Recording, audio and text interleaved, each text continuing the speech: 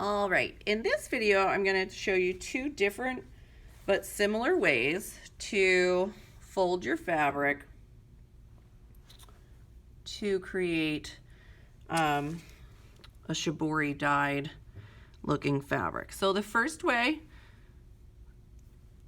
I'm just going to make a fold in half that makes a long rectangle. I'm going to fold it the other way to turn my fabric back into a square. Long rectangle, square. Now I have one edge that only has one piece of fabric.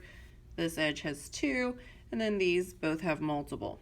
So looking where it only has two, I'm going to turn this into a triangle by taking the top half and folding it over on itself, and then the bottom half folding it over on itself. And then the clothespin will be used to hold it together. All right, that's one. The second way we're gonna do is gonna be a fan fold. A fan fold. If either of these doesn't work out for you, you can really create your own way of folding as well. Your design will just be a little different than mine and unique, which is always, of course, acceptable and even encouraged. All right, folding just a part of the fabric over, about a fifth of it, to make one long rectangle. So it's a fan fold, so it goes back and forth. So I needed to flip that fabric over, and now it's getting folded on top of itself again. Flip it back under again, and then this is just gonna be like a half fold that's left, and that's totally fine.